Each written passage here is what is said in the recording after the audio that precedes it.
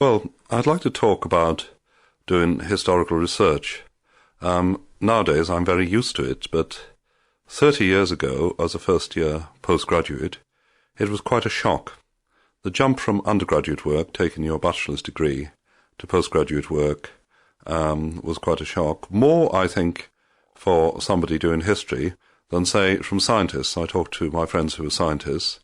Now, an undergraduate scientist spends a lot of time in the lab doing experiments, and when he or she does postgraduate work, there's more of a continuity. They still continue to do experiments, but in a more detailed, presumably more ambitious way. I won't go into this any further because one certain thing you can say about me is I'm not a physical scientist. But with history, as a student, as an undergraduate student, you have reading lists. You have a list, certainly in my day, your tutor gives you a list of secondary sources, i.e. books published by other people, which means that other people have done the research. He says, go away and read them. So if you're conscientious, that's what you do. You take notes on them, and then from your notes you produce a good sound essay answer. If you're not so conscientious, you pretend you've done that. You read 1.5 of them instead of all 8 of them. But either way, the principle is the same. Then, suddenly, you are thrown into postgraduate work. And what's the difference? Well, you find that you have to look at the original sources, the actual 17th century material, or it could be 14th century material, it doesn't matter really. It could be written in Old English, Medieval Latin, Old French, but you're with the original material. I always think it's a bit like the inner city kid who thinks that you buy milk in cartons from the supermarket, and then goes into the depths of the countryside, finds to his shock that milk comes from a dirty, smelly old animal, and secondly, that if he is to have any milk, anything to eat, anything to sustain himself, he is going to have to learn to milk this animal by hand. No one's even going to milk it for him. Now, what are these documents like? Well, I can only describe my personal experience. I won't describe what it's like to read 12th century Latin documents because I haven't done it. Well, number one, they're written. You get some printed sources, of course. Sorry, I should have said sources, not resources. Well, it could be either, actually. Printed resources, or sources, of course, and they're relatively easy to read. But printing was surprisingly rare. There was no typewriter then, even in the late 17th century. So most of the documents, even legal documents, are in somebody's hand.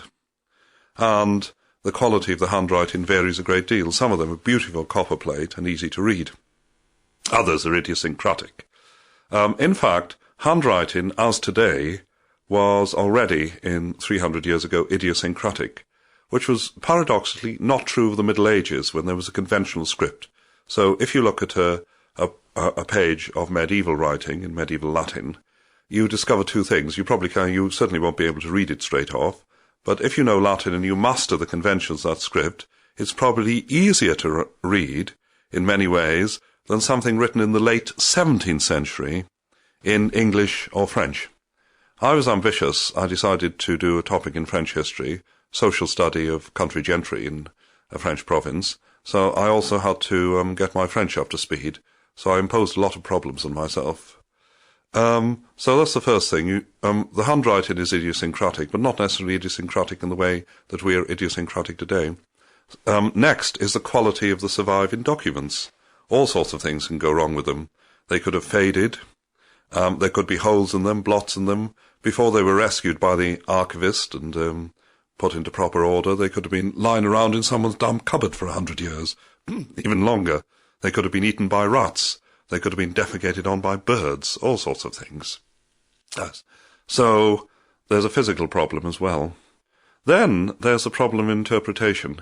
The questions that the researcher wants to ask are by no means necessarily the obsessions or subjects that the contemporaries themselves are addressing, the 17th century people themselves are addressing in these documents. They have their own agenda, their own purposes. Give you one fairly straightforward example. The returns are surveys for the Aryaban. Don't pretend you've heard of the Aryaban, you probably haven't. But it was a way of both taxing and forcing military service out of country gentlemen in the late 17th century that the King of France used when they were dodging the column, when they were not serving as officers in the regular army. At times, because of pressure of war, he wanted all hands on deck or all hands in the field. They actually served as sort of home guard. But all the chaps in a certain area are listed. Can they pay a tax in commutation, or are they fit to serve personally? And sometimes they're just listed. And that tells you something. Usually their income is listed, but you always want their income, and sometimes you don't get it. That's what you're looking for, is their income. And sometimes it's not mentioned. Usually it is.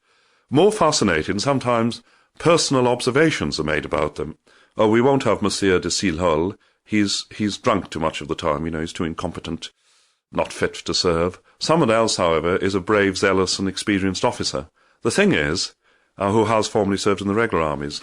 The thing is, however, you want that all the time, those comments, and you only get them for certain people. Other people are just names. There's nothing to make them live like that sort of thing. Other things, I have a large cache of personal letters, personal correspondence, from a family called the Philibert de Perdere, equivalent, although much later, to the much better known Caxton letters of the English 15th century. Same gentry environment, about 300 years, is it 300? Sorry, just over 200 years later, and in France, not England. They're also a Huguenot family. They are messed up, partly fractured by the revocation of the Edict of Nantes, refusing to tolerate Protestants anymore, 1685. So this might sound good. Surely personal letters make people live vividly. They do. But of course, in personal letters, you don't even have the conventional agreed agenda of a legal document. In a personal letter, you can write what you like. So a lot of it is elusive. The correspondents refer to other people they know or related to, but they make baffling comments about them. Someone described using caches of personal correspondence for historical research as like looking through a hole in a fence at a football game. There you are, maybe like a small boy. You're fascinated by this game. Perhaps you can't afford a ticket, so you've crept up and you're looking through a hole in the fence. But you can see some of the players very vividly, some of the players very marginally, and quite a lot of them not at all. So sometimes, when you get references to events in isolation, you don't know what's happened. When there's cheering or booing, say in the football game, you don't know who's cheering or booing. It can be like that.